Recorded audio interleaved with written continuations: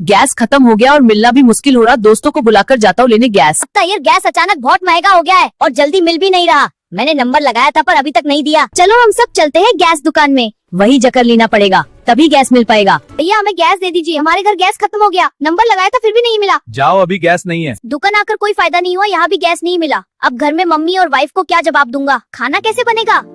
दुकान आकर भी फायदा नहीं हुआ, गैस भी नहीं दिया और पैसा भी बहुत लग रहा है। हम तीनों गैस लेंगे थे, वहाँ भी गैस नहीं मिला। कोई बात नहीं, मेरे पास एक्स्ट्रा है, मैं अब सबको दे दूंगा। यार भगवान था वो आदमी जिसने हमें गैस दिला दिया, वो भी 1060 रुपए में। अब हम सब अच्छे से टेस्टी टेस्टी खाना